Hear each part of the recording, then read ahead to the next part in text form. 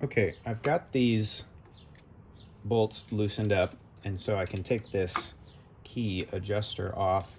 Now, something I should have mentioned before, make sure, especially if it's your first time, that you have some bowls or cups. You know, you can use your cupping bowls, you can use some little cappuccino, espresso cups, something just so that you don't get your various screws and bolts mixed up.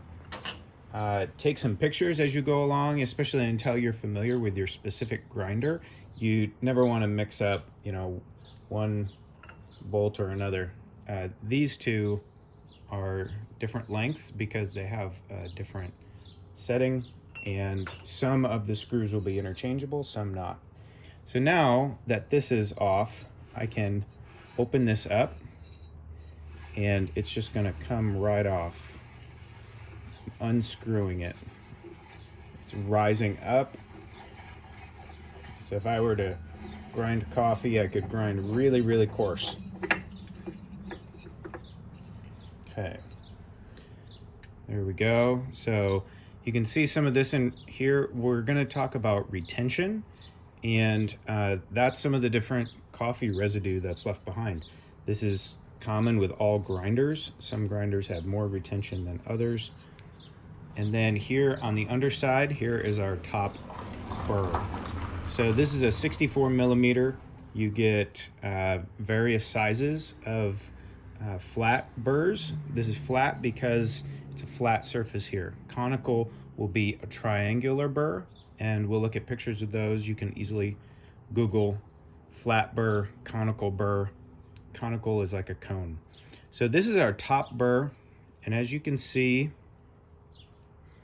there are some coffee grounds that kind of get lodged in there. These three screws hold it in place. Whenever you change these screws, you want to make sure that the screw head is clean before you put your screwdriver in there. And you want to make sure that you have a really good surface so that you don't loosely or you're not sloppy with turning those screws, because if you damage the head on this, then you should replace it. You want to have these screws stay in top-notch shape. All right, so then we can examine on the inside here. That's the bottom burr. So this bottom burr is connected to our drive motor. This central bolt here is going to, it's connected to the motor, and it's going to drive this bottom burr. So we have these 1, 2, 3 screws again. We can take this bottom burr out and clean it if we wish. And then on the outside edges here, we have these 3 fans which spin the coffee grounds. They spin the coffee grounds around the chamber so that the coffee grounds will shoot out of the front here and out through the chamber. So here is an example of retention.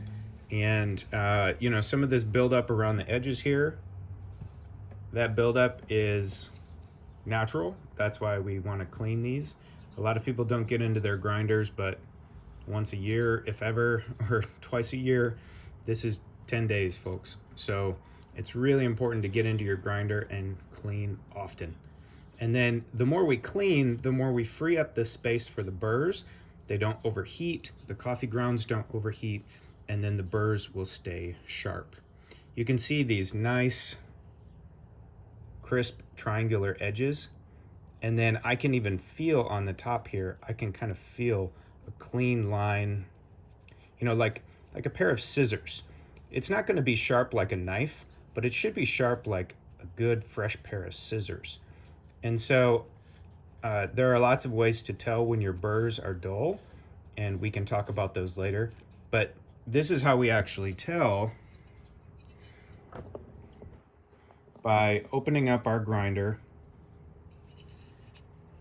and we can touch the burrs. Okay, so that's one way. We can touch those blades and we can feel that all these edges are good.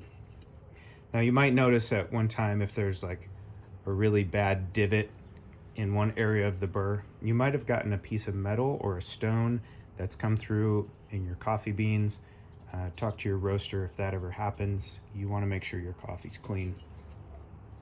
Okay, so just real quick, like I said, we can pull this off. That's definitely okay. Something that we can do. I'm not going to do it here for the video's sake. I'm trying to stay in video. And then we can also, so if we have a hard brush, while we have this off, we can use this opportunity to clean. Okay, there's coffee grounds kind of all over in here where it screws into that bottom plate, the outside edges. I'm actually not going to take off my burr. I don't want to, because the last time I put it in well, and it's just an unnecessary thing. So there will be some extra grounds that are kind of in hard to reach places. Go ahead with your flathead screwdriver and you can remove those.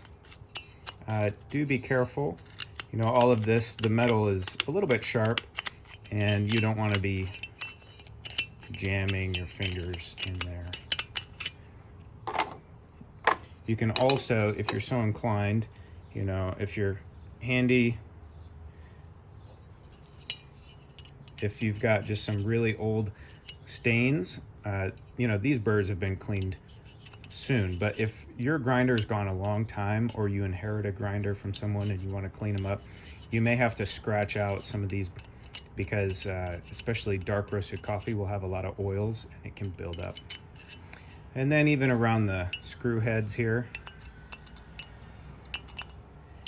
that coffee powder really does get jammed in. Okay. All right, so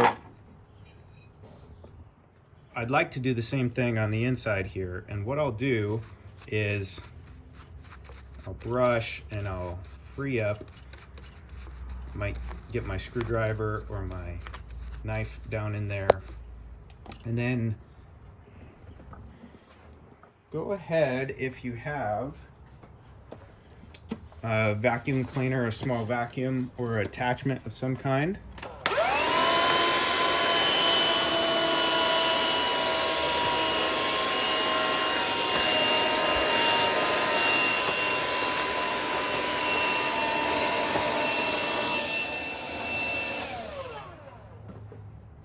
And you can clean inside there.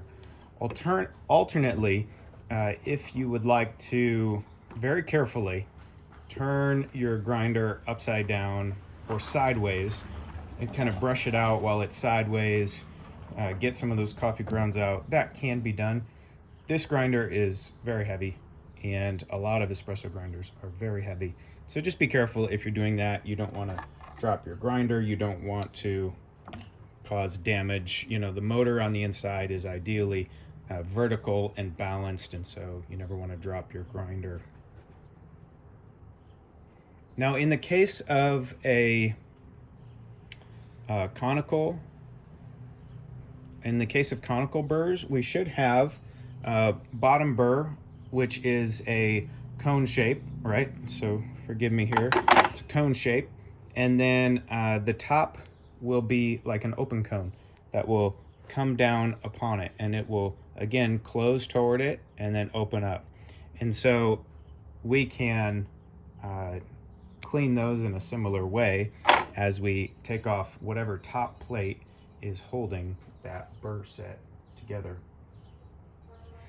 Now I'm going to clean this out and we're going to come back to it, and I'm going to demonstrate how retention. Okay, so if we were grinding some of this dark roasted coffee, or let's say we had a grind setting 6 and we wanted to move up to a 6.5 or a 7, how there's actually some of the former coffee left up in there, or some of the grind setting 6 before we actually get the 6.5 or the 7, the new grind setting. I'll demonstrate that for us on retention.